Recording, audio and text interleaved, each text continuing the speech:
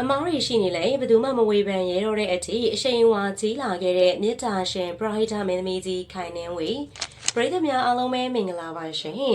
MCD page ကနေပြီးတော့ပြန်လည်ကြိုဆိုလိုက်ပါတယ်ခိုင်နှင်းဝေကတော့ကလေးတွေရဲ့မိခင်ကြီးမြစ်တာရှင်ပရိုဟိတမင်းသမီးကြီးဆိုတဲ့ဂုဏ်ပုတ်တွေနဲ့လူလူမြစ်တာကိုခံယူနေခဲ့တာဖြစ်ပါတယ်ပရိုဟိတလို့ဆိုရင်မြောက်စားပေးကြပြီးတော့အယိုသေးပေးကြတဲ့ပရိသတ်တွေရဲ့ပံ့ပိုးမှုနဲ့ခိုင်နှင်းဝေကအလူငွေကိုတိန်းထောင်ချီရရှိတဲ့အထိယုံကြည်မှုရရှိလာခဲ့တာဖြစ်ပါတယ်ဒီတစ်ခေါက်ငလင်ပေးမှာလဲခိုင်နှင်းဝေက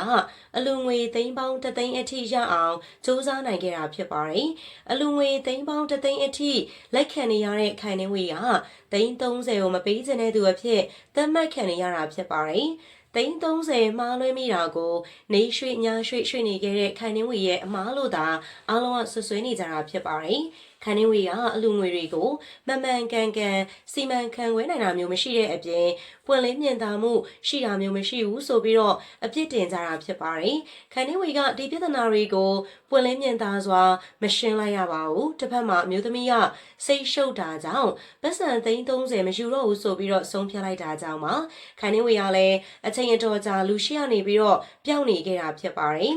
သူမကိုမဝေဖန်ကြဖို့လဲမြစ်တာမရက်ခံတယ်လို့ပွန့်ပွန့်လင်းလင်းမရှိဘဲနဲ့မရှင်းပဲပြောင်းနေကြတာဖြစ်ပါတယ်လူအများကတော့အကြောင်းတိုက်ဆိုင်ရင်ခိုင်နှင်းဝေကိုသိန်း30ပြန်မပေးတဲ့သူအဖြစ်သတ်မှတ်ပြောဆိုနေကြတာဖြစ်ပါတယ်ဒါပေမဲ့လက်ရှိမှာတော့ခိုင်နှင်းဝေကဘယ်သူမှမဝေဖန်ရဲတော့ပါဘူးမဝေရဲပန်တော့လေခိုင်နှင်းဝေရဲ့အရှိန်ဝါကကြီးမားနေတာကြောင့်ဖြစ်ပါတယ်ဒါကြောင့်မဝေဖန်ရဲကြဘူးဖြစ်ပါတယ်သိန်း30ပြဿနာဖြစ်တော့ခိုင်နှင်းဝေကိုလူပီတာပြီးမှန်မှန်လို့ပါလို့ဂျွန်လွင်ကစာရေးပြီးတော့ပြောခဲ့ပါတယ်လူပီတာဖို့ပြောခဲ့တဲ့ဂျွန်လွင်က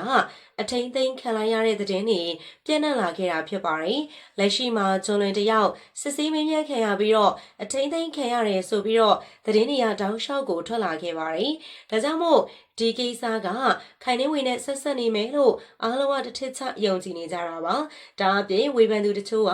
ခိုင်နှင်းဝေကိုမဝေဖန်ရဲတော့လောက်အောင်ကိုကြောက်နေကြပါပြီခိုင်နှင်းဝေကိုဝေဖန်မယ်ဆိုရင်အထိန်သိမ်းခံရမယ်ဆိုတဲ့အထိတွေးကြတာများနေတာဖြစ်ပါတယ်မြေတာရှင်ပရာဟိတမကြီးကိုမဝေဖန်ရဲပါဘူးဆိုပြီးတော့ဖြစ်ကုန်ကြတော့တာဖြစ်ပါတယ်မဝေဖန်ရဲတော့တဲ့အချိန်မှာခိုင်နှင်းဝေကမီဒီယာရှိကိုပြန်ထွက်လာပြီးတော့အရင်လိုပရာဟိတမင်းသမီးကြီးအဖြစ်ပြန်လုပ်နေပါပြီခိုင်နှင်းဝေကငလင်ပေးအတွက်အလူငွေတွေ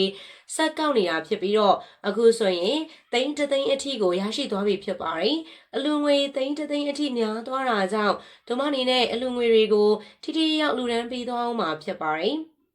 ခိုင်နှင်းဝေကအလူငွေသိန်းပေါင်းများစွာကိုစနစ်တကျလူပေးနေတာမို့လိပ်ပြလုံးတယ်လို့လည်းထုတ်ပြောလာခဲ့တာဖြစ်ပါတယ်။ဒါအပြင်အလူငွေတွေများလာတာကြောင့်မနာလိုသူတွေကသတင်းမှလွှင့်ပြီးတော့သူမနာမည်ကိုထိပါပြောဆိုကြတာဆိုပြီးတော့လည်းဖြေရှင်းလာခဲ့ပါတယ်။ခိုင်နှင်းဝေကတော့ပြစ်တိုင်းတောင်လိုပဲဘလောက်ပဲဝေဖန်ကြပါစေလဲကျသွားမှာပြိုလဲသွားမှာမဟုတ်ပါဘူး။ဒါအပြင်ပရိုဟိတမင်းသမီးဆိုတဲ့နေရာကနေလည်းဖယ်သွားမှာမဟုတ်ပဲဆက်လက်ပြီးတော့ရည်တည်နေအောင်မှာဖြစ်ပါတယ်။ဒီဟာမှာရှိတဲ့ကလေးပေါင်း100ကျော်အတွက်လည်းအလူငွေတွေရှာပြီးတော့လေပတ်နေရအောင်မှာဖြစ်ပါတယ်။ပရိသတ်ကြီးရောမြစ်တာကြီးမားတဲ့ခိုင်နှင်းဝေရဲ့အရှိန်အဝါတွေကိုကြောက်လားဆိုတာ comment လေးထဲမှာပြပြပေးပါအောင်။ဆုံးဖြတ်ကြည့်ရှုပေးလို့အားလုံးကိုလည်းကျေးဇူးတင်ပါတယ်ရှင်။